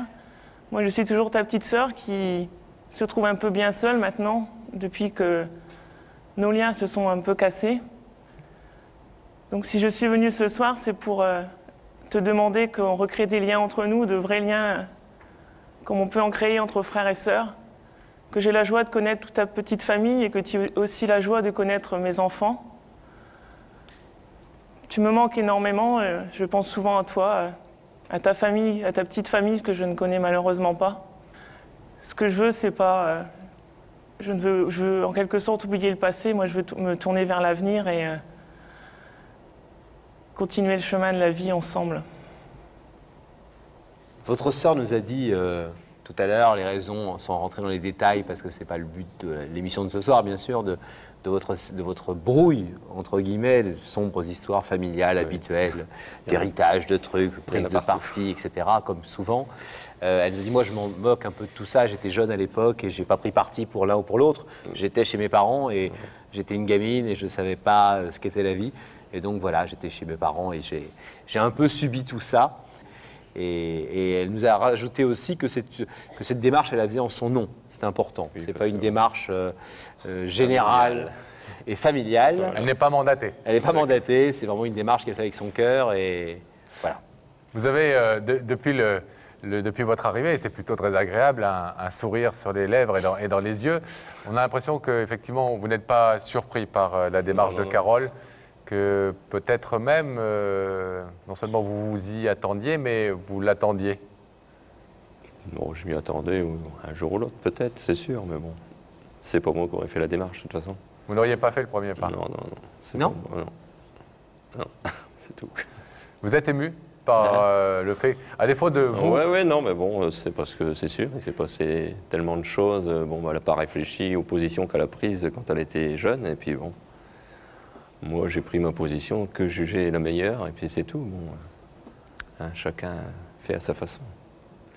Vous lui en voulez? Vous lui en avez voulu? Quand même, j'en ai voulu, parce qu'on ne prend pas parti comme ça, de but en blanc, sur certaines affaires, certaines choses, et puis tout renier comme ça, non, ça m'a profondément marqué, moi. La réponse de Philippe à sa sœur Carole, qui est de l'autre côté du rideau. Philippe, je vais vous demander de vous lever. Vous avez eu un petit peu de temps de réflexion pendant cette pause. Carole, donc, vous demande effectivement d'effacer cette brouille, de mettre un terme à cette séparation. Elle regrette les positions qu'elle a pu prendre en disant qu'à l'époque, elle ne se rendait pas vraiment compte. Elle vous dit que vous lui manquez, qu'elle voudrait que ce grand frère soit là. Vous savez que, Philippe, en toute liberté, vous pouvez laisser ce rideau fermé. Vous pouvez également l'ouvrir. Qu'est-ce que vous décidez? On va l'ouvrir. Vous l'ouvrez?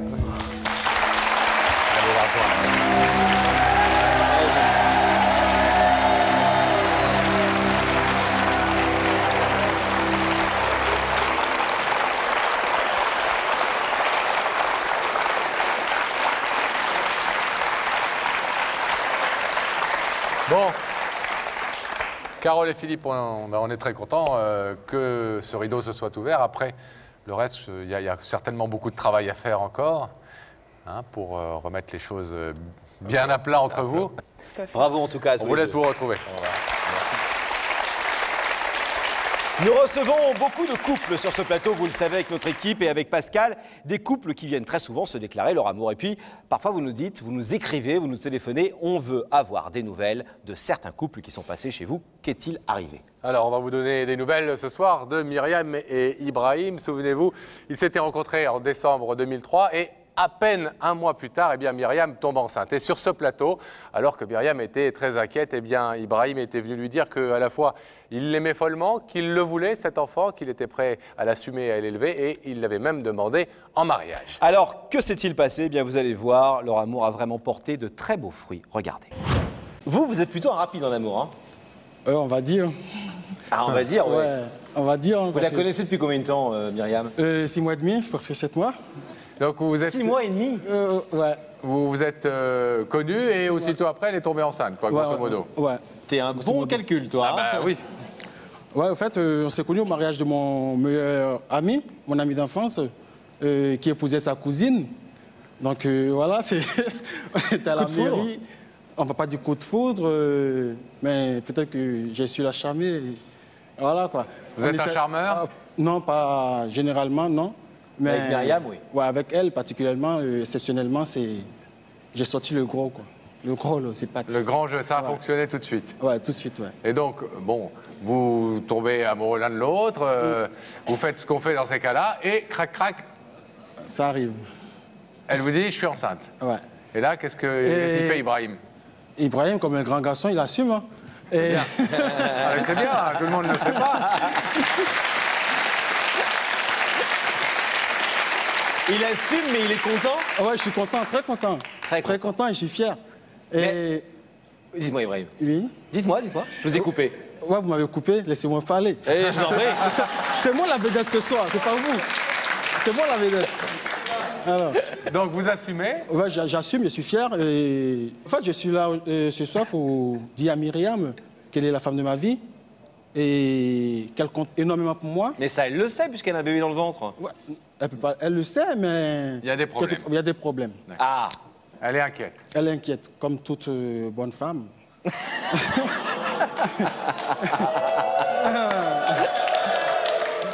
Comme toute bonne femme, elle est inquiète. Parce que quelque part, j'avais un sale caractère. Ah bon? Quand je dis sale caractère, c'est pas... Non, au début de notre relation, moi, j'avais un problème avec la communication. Quand il y avait une petite dispute, je me braquais et puis bon, voilà quoi. Je ne voulais pas parler, j'ai dit bon, je m'en vais. Même si je ne vais pas parler réellement, il suffit qu'elle dise non, je veux que tu restes et puis je suis là quoi. Ouais. C'est comme ça, il faut jouer les... Bon, rassurez-nous, en tout cas, vous êtes sérieux. Vous êtes les machos comme ça, mais derrière... Voilà, non, je ne suis pas macho, loin de là, mais... Vous êtes souvent, sérieux? C'est le petit piment qu'il faut fidèle? ajouter à l'amour. Très fidèle, je peux dire. Très fidèle, donc elle n'a pas d'angoisse? Non, il n'y a pas de certitude sur le plan infidélité. Elle est tranquille sur ce plan et ça se passe très bien. Alors, qu'est-ce que vous allez lui dire ce soir, si tout va bien? Pour moi, vous n'êtes pas venu juste nous voir parce que vous vous engueulez une fois de temps en temps avec elle et qu'elle est un petit peu malheureuse? Non, vous ne pouvez pas résoudre ça. Ben non. Non, ce soir, je viens lui dire qu'elle est la femme de ma vie et je ne vois pas mon existence sans elle. Et je souhaite qu'elle devienne ma femme. Donc, c'est une demande en mariage que je viens faire ce soir. Ah, ben voilà!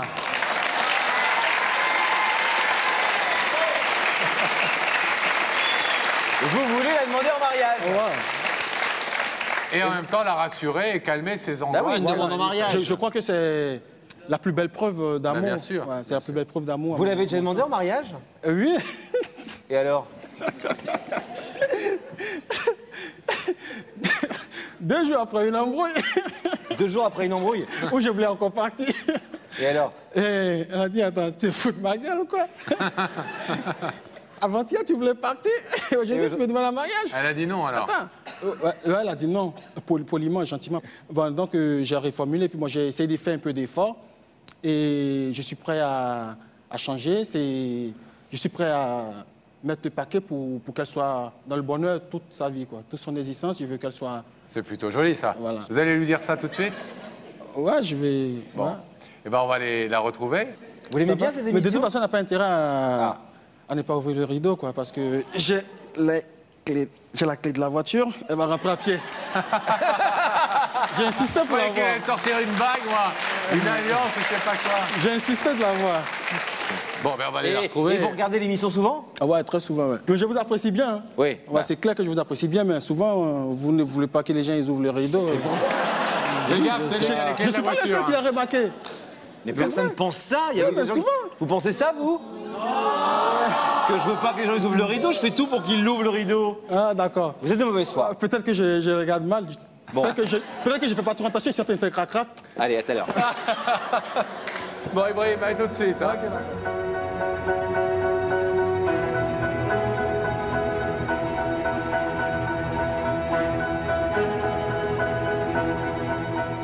Quand j'ai vu Myriam dans le couloir avec Sam, j'avais un peu peur, mais vu le charme qu'elle dégageait, la beauté, et ça me rassurait parce que c'était plus fort que la peur, parce que son sourire, c'était immense, quoi. Donc j'ai repris confiance petit à petit. Est-ce que vous avez une idée de qui vous invite ce soir? Non, pas du tout. Pas du tout?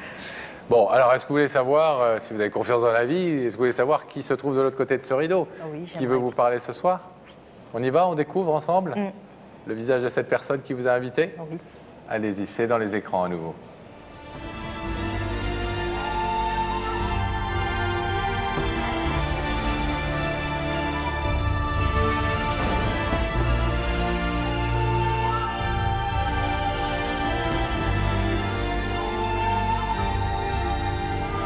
Quand je vois Ibrahim dans l'écran, j'étais très choquée de le voir parce que je m'y attendais pas du tout. Et je me demandais pourquoi il m'avait fait venir, qu'est-ce qu'il voulait me dire d'aussi important.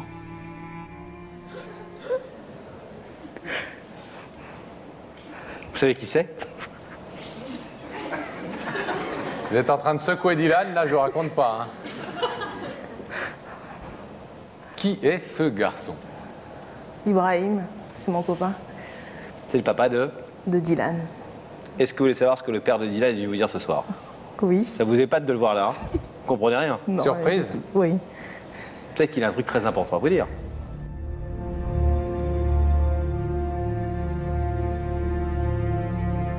Laurent et Pascal étaient en train de me parler, mais je ne comprenais pas ce qui m'arrivait. Parce que je voyais Ibrahim dans l'écran et c'était le flou total. Ibrahim, c'est Laurent qui vous parle. Celui qui va tout faire pour que le rideau reste fermé. Ça va, bébé? Oui. Ah, ok, d'accord. Bah oui. En fait,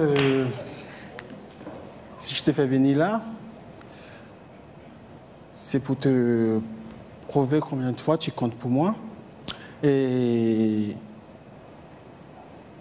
là, ce plateau, je crois qu'il est à la hauteur de mon amour pour toi. Peut-être que mon amour même, il est plus fort, plus grand qu'une chaîne de télévision. Mais je tiens à te dire, Myriam, c'est vrai, Dylan, peut-être il est arrivé un peu vite, mais on est heureux, on est fiers de l'avoir et on fera tout pour bâtir une vie et à lui réserver un avenir meilleur. Mais le problème, c'est que tu doutes un peu, tu as peur de l'avenir.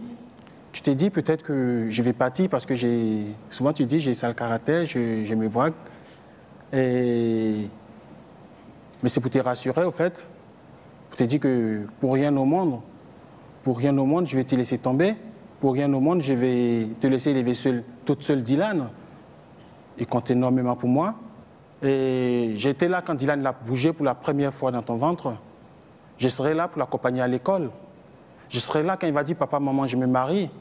Je serai là après. Je serai là pour toute la vie. Tu n'as pas de doute à te faire. Je veux que tu aies une grossesse épanouie, tu sois égayé dans ta grossesse, tu sois gai, tu sois en harmonie avec la vie qu'on mène. Et Myriam, je t'aime, tu es la prunelle de mes yeux. Sans toi, je ne suis rien. Tu es la femme de ma vie, il n'y a pas de doute. Myriam, Je suis là ce soir pour te demander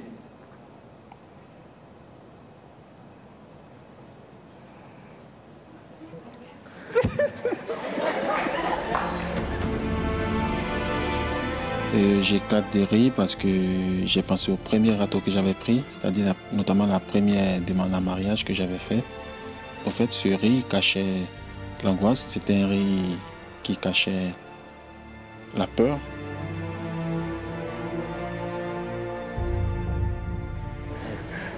Je te demandais une seule chose.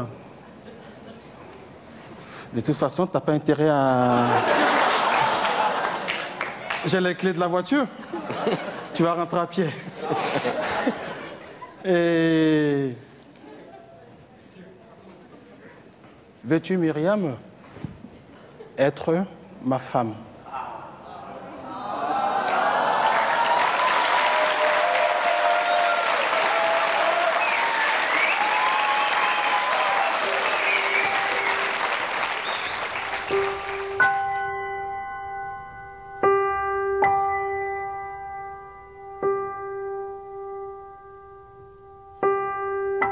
J'ai réalisé que c'était du sérieux et qu'il était sincère avec moi et qu'il voulait concrétiser son amour devant moi et devant la France entière.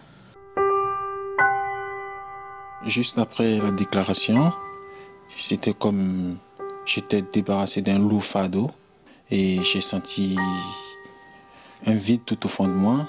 Et même sur le plateau, je n'entendais plus les applaudissements des gens, j'entendais personne, j'étais comme dans une bulle. Pendant un moment, c'était un vide total autour de moi. Myriam, on va vous demander de vous lever, s'il vous plaît. Tout doucement, pour pas trop secouer Dylan. Ça va? Oui. Hop. Voilà. De l'autre côté de ce rideau, votre compagnon Ibrahim est venu pour vous dire que vous étiez la femme de sa vie, pour vous rassurer, pour vous dire qu'il serait toujours là à vos côtés. Et il vous a demandé, vous l'avez bien entendu, de l'épouser. Il paraît que vous avez déjà dit non une fois. Oui. Vous savez que ce soir, vous pouvez à nouveau laisser ce rideau fermé, vous pouvez aussi l'ouvrir. J'ai rien dit, Ibrahim, hein? Qu'est-ce que... C'est le grand qui a dit ça. Qu'est-ce que vous décidez? Voulez-vous devenir la femme d'Ibrahim?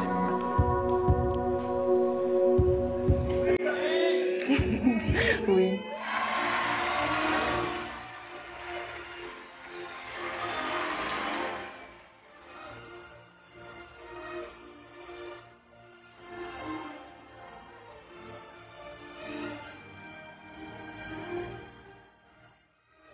Quand je me suis mis à genoux, c'était pour lui prouver le respect que je lui dois et pour rester sur ma devise, parce que depuis les premiers jours, je lui ai dit que je lui devrais toujours respect, fidélité et amour. Je suis très gênée, mais en même temps, je me dis que j'ai beaucoup de chance, car toutes les filles rêvent d'une demande en mariage comme ça. Myriam a donc dit oui. Elle a dit oui au mariage avec cette promesse de vie qui grandit dans son ventre, et elle en est fière. Je suis la future femme, c'est officiel maintenant. Officiel, ça c'est sûr, Myriam. Devant les 3 millions de témoins de Y'a que la vérité qui compte, 3 millions de complices plus un, le plus petit mais le plus grand dans leur cœur, Dylan. Dylan, quelques mois plus tard, du ventre de sa mère au sac kangourou de papa. Dylan témoin, mais aussi témoignage de la confiance retrouvée par Myriam, depuis l'émission, dans la solidité de son couple et la responsabilisation d'Ibrahim. Avant, j'étais très méfiante vis-à-vis d'Ibrahim, vis-à-vis de son comportement. Et puis, depuis l'émission, tout a changé. Ça a renforcé notre amour et puis ça a aussi diminué mon inquiétude.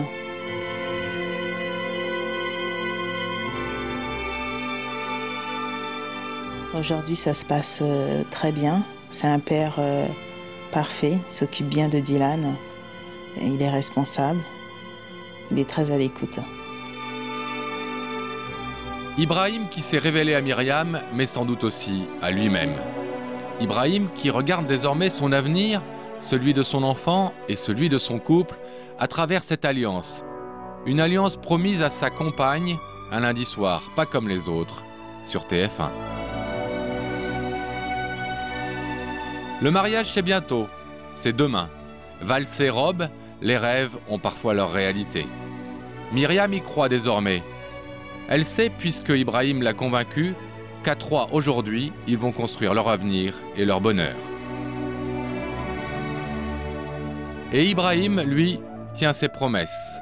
Des promesses faites devant les téléspectateurs de Y'a que la vérité qui compte. Il est devenu un chef de famille responsable, mais aussi le plus doux, le plus attentionné et le plus caressant des papas pour Dylan, ce bébé surprise dont Myriam et Ibrahim ont voulu faire un enfant cadeau. Il y a quelques jours, nous avons été contactés par un couple de jeunes parents. Oui, on va les recevoir maintenant. Ils s'appellent Florence et Christian, mesdames et messieurs.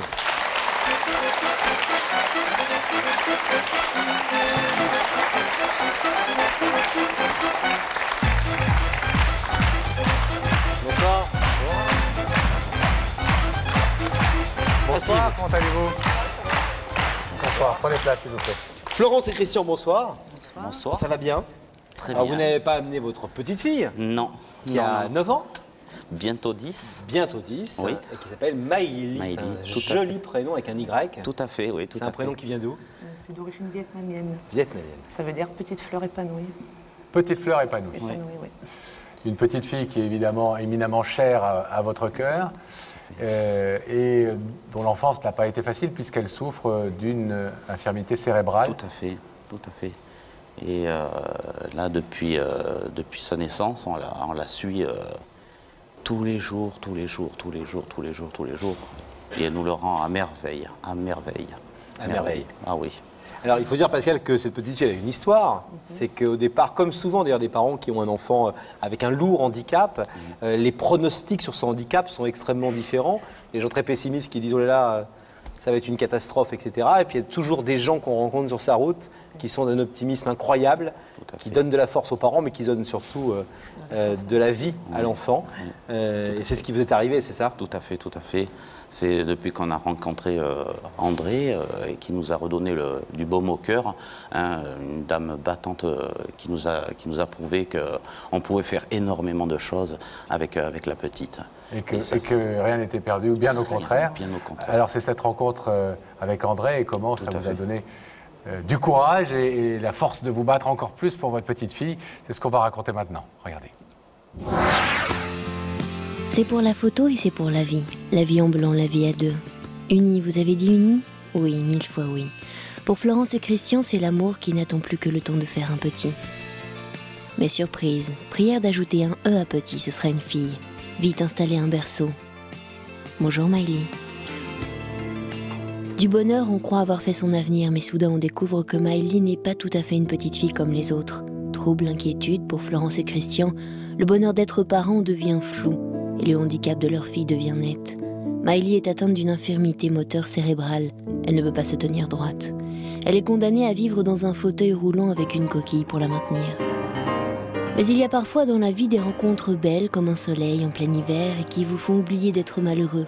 Le sourire d'André entre dans la maison de Maïli. André, la bénévole, veut donner pour Maïli toute son énergie au service d'une nouvelle thérapie, le patterning. Le patterning est une stimulation sensorielle composée d'exercices physiques prodigués au quotidien. Et soudain, l'impensable devient possible, au-delà de toutes les espérances. On compte les victoires sur le mal, Maïli commence à se servir de ses membres supérieurs, Maïli se tient debout et André lui donne la main. Et ce bonheur inespéré monte au visage de Florence et Christian et dessine leur sourire. Alors ce soir, Florence veut dire à l'ange gardien de sa petite fille « Merci ». Comment André va-t-elle le vivre? Ça, on va le savoir dans quelques instants, parce qu'on va la recevoir, André, pour lui dire ce merci que vous lui donnez, mais juste quelques questions qu'on comprenne bien. D'abord, c'est quoi exactement le patterning? D'ailleurs, c'est une pratique, une thérapie, si j'ose dire, qu'utilise un réseau de bénévoles, notamment, dont fait partie André. Alors, c'est quoi exactement et comment vous les avez rencontrés? C'est-à-dire qu'on essaye de refaire partir la partie du cerveau qui a été touchée en faisant ces mouvements-là. On réapprend au cerveau à repartir. Et c'est une sorte de gymnastique, de kiné, entre guillemets. Voilà. Avec, j'imagine, beaucoup d'efforts et beaucoup de temps passé, beaucoup de séances, etc. Tous les jours, on est sur la petite, on lui fait ses exercices. Et depuis 3 ans et demi maintenant, elle nous a toujours montré que tous les jours, elle est là. Elle n'a jamais dit non, stop, je n'ai plus envie. Et ça marche très bien, très bien. Alors, au moment où vous avez rencontré André et cette nouvelle technique, est-ce que vous étiez au bord du découragement? Ah, tout à fait. À cause des pronostics très peu positifs des médecins. Tout à fait. Quand les médecins nous ont dit que pour Maëlie, il n'y a pratiquement aucune chance, on a été vraiment, on ne savait plus comment faire. Et c'est de là qu'on a appris qu'il y avait cette fameuse méthode de patterning, de stimulation sensorielle. Et puis on s'est lancé à fond dessus. Et puis ça porte ses fruits. Votre petite fille ne marchait pas? Non. Du tout. Elle marche? Pas vraiment. Pas vraiment. À 4 pattes? Voilà. 4 pattes et elle rentre. Et elle se tient. Oui. Votre petite fille parlait? Bien sûr, oui. Et elle parle toujours mieux, j'imagine, aujourd'hui? Oui, elle s'éveille énormément. Elle ne se tenait pas droite? Pas du tout. Aujourd'hui, oui? Oui. Tout le temps, quoi. Alors, pourquoi vouloir remercier particulièrement André ce soir? Qu'est-ce que vous voulez lui dire? On veut surtout la remercier. André, bien sûr, il y a d'autres bénévoles, mais enfin, depuis le début, elle est là, ça fait 3 ans et demi maintenant, elle est là depuis le début, elle n'a jamais été découragée. Au contraire, c'est elle qui nous a redonné un petit peu de baume au cœur, parce qu'il y a des moments où c'est vrai qu'on ne savait plus comment faire, on se disait qu'est-ce qu'on fait, on n'arrête pas, et c'est là qu'elle nous a dit non, il n'y a pas de... Jamais lâché. Jamais. Au contraire, elle nous a bien bousculé. Pour Maëlie, c'est important, cette présence. Elle sait que c'est quelqu'un qui lui fait du bien, vous le voyez. Oui. Elle est très proche d'elle. Très proche, mais elles ont toutes les deux caractères forts. C'est-à-dire qu'aucune des deux veut lâcher. Donc quand Maëlie, parfois, elle dit j'ai pas envie, André lui dit je suis là, maintenant tu vas bosser. Et elle l'a fait travailler, c'est incroyable. Et après, ça part avec des fous rires, mais pendant 10 minutes, elle essaye toujours, voir si ça va marcher. Et avec André, ça marche jamais. Le cœur, mais la méthode forte. Ouais. Tout à fait. Alors, les progrès de Maëlie, vous nous le dites, sont dus évidemment à votre amour, mais aussi à ce travail avec André. Vous allez donc pouvoir la remercier dans quelques instants. On va aller l'accueillir de l'autre côté. À tout de suite. Le temps que le rideau se ferme et que la connexion avec la loge s'ouvre, nous allons retrouver Daphné. Daphné, est-ce que vous êtes là? Je suis là, je me tiens droite aux côtés d'André. Et pourquoi vous tenez droite? Mais parce que je suis avec André, qui est une femme qui a l'air très décideuse et qui mène sa barque avec conviction. Elle fait du bénévolat et on en parlait justement, c'est une histoire très touchante dont elle me parlait. Bonsoir André, pardon, je parle. Comment allez-vous? Ça va, un peu stressé, mais ça va. Oui. André, vous ignorez pourquoi vous êtes sur ce plateau ce soir? Ah, complètement, oui. Eh bien, on va vous proposer de nous rejoindre Déjà. sans plus tarder. Bon, André, je vais vous demander de vous lever. Oui. La vérité est au bout du couloir. Oui. Et veuillez suivre Sam. D'accord.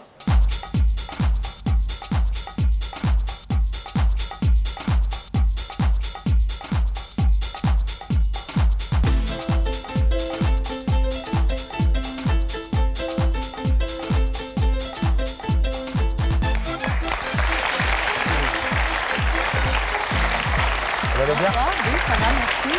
Je présente Laurent, André. Bonsoir André. Asseyez-vous. Vous connaissez l'émission, madame?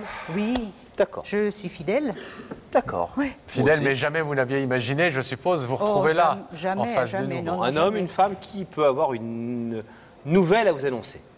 Je sais pas. Quelqu'un que vous n'avez pas eu depuis longtemps, une déclaration d'amour? Non, je crois pas. À mon âge, non, vous croyez? Quoi. Vous êtes fâché avec quelqu'un qui voudrait vous se réconcilier avec vous, vous demander pardon? Non? Pas vraiment, non. Bon. Est-ce qu'on peut vous proposer un indice, André? Oui, je veux bien. Regardez là-haut, s'il vous plaît. André, tu as plutôt tendance à penser d'abord à toi ou d'abord aux autres? Ça, Daphné nous a dit que vous faites du bénévolat? Oui. C'est pas votre métier, donc Non, c'est pas mon métier, mais comme je travaille pas, que je suis seule, et quel genre j'ai du temps. Vous occupez de personnes âgées? De personnes âgées, d'enfants. Et vous faites quoi? Vous faites du soutien scolaire? Qu'est-ce que vous faites? Non, là, je m'occupe d'une petite fille handicapée qui a besoin qu'on lui fasse faire un peu de gymnastique. Alors je participe un petit peu à ça. Et comme ça, une fois de temps en temps? Une fois, oui, par semaine. Et puis je m'occupe aussi de personnes âgées. Alors André, est-ce que vous voulez découvrir ce qui se cache derrière ce rideau et quelle est cette personne qui vous a fait venir, qui veut vous parler? Oui, bien sûr. Regardez dans ces écrans, vous allez découvrir son visage. Ah. Leur visage. C'est tout à fait ça. Bonsoir. Bonsoir. Vous les connaissez? Oui. C'est les parents de la petite dont je m'occupe un peu. Vous voulez savoir ce qu'ils sont venus vous dire ce soir? Ben oui. Même si vous en doutez un petit peu? Ben non, pas vraiment, parce qu'on ne fait rien de vraiment exceptionnel. Hein. Bah oui, c'est normal. Bah oui. On les écoute? On les écoute. Je ne suis pas sûr que ce soit exactement ce qu'ils pensent. Ah bon? C'est à vous. Bonsoir André. Bonsoir Florence. Bonsoir Christian. Ça va? Un peu stressé, mais ça va. À qui vous le dites? Vous me connaissez. Ouais. Vous savez qu'en général, dès qu'il y a un peu trop de monde, je panique total. Donc on est venu ce soir et on vous a fait venir. C'était pour que vous sachiez à quel point vous êtes précieuse pour nous. Et que ce que vous faites avec Maëlys, c'est pour vous, ça paraît naturel, mais c'est incroyable. C'est génial. Qu'on vous aime beaucoup. Et que vous faites partie de notre famille, et que voilà, on tient beaucoup à vous, et que vous êtes le pilier de tous les bénévoles, puisqu'on a beaucoup de bénévoles autour de nous, mais c'est vrai que vous n'avez jamais lâché. Avec votre caractère et celui de Maëlys, ça a fait pas mal d'étincelles, mais bon, au bout de 3 ans et demi, maintenant, on a le résultat.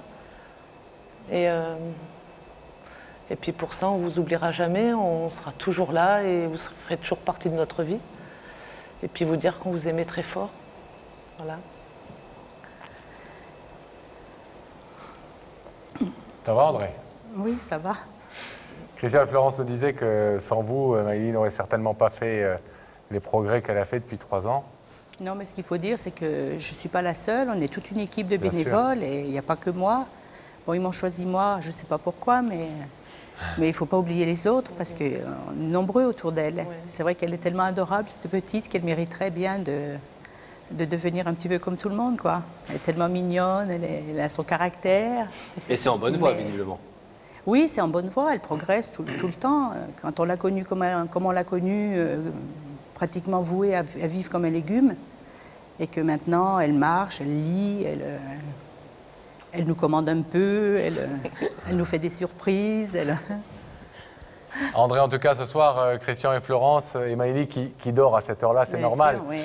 Voulez vous mettre à l'honneur et évidemment avec vous, tous les bénévoles qui travaillent à vos côtés et puis aussi tous ceux qui, en France, s'occupent comme ça d'enfants ou d'autres personnes. Et qui conjuguent, je ne sais pas si ça a remarqué souvent, Pascal, parce qu'on en reçoit beaucoup ici, le bénévolat et la modestie. Et la modestie. André, on va vous permettre de les retrouver de l'autre côté du rideau qui va s'ouvrir. Allez les rejoindre pour qu'ils puissent vous embrasser. Allez-y.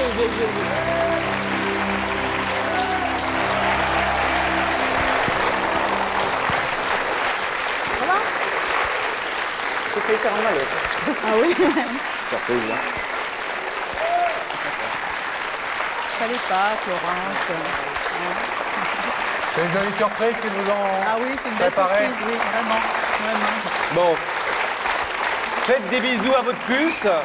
Et puis tenez-nous au courant. On aime bien, vous savez, suivre nos histoires et continuer d'avoir des nouvelles des gens dont on s'occupe ici.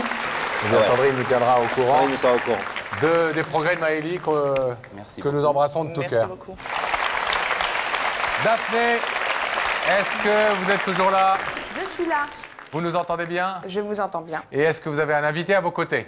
Non, je suis seule. Je suis seule, mais j'ai préparé mes billets de train. Tout est prêt, ma valise, pour aller remettre des invitations. Vous repartez sur les routes pour préparer le prochain numéro de Y'a que la vérité qui compte. Exactement. On vous remercie, Daphné. Bonjour à Sam qui est à côté de vous. Et d'ailleurs, à si très bientôt. Vous souhaitez que Daphné vienne vous porter une invitation, si vous souhaitez annoncer quelque chose à quelqu'un et venir sur notre plateau, et bien toute notre équipe vous attend. N'hésitez pas, vous nous contactez soit par téléphone, le numéro est en train de s'afficher, soit par le net grâce au www.tf1.fr. Merci de votre fidélité. Très bonne fin de soirée sur TF1. N'oubliez pas, il n'y a que la vérité compte. Oh.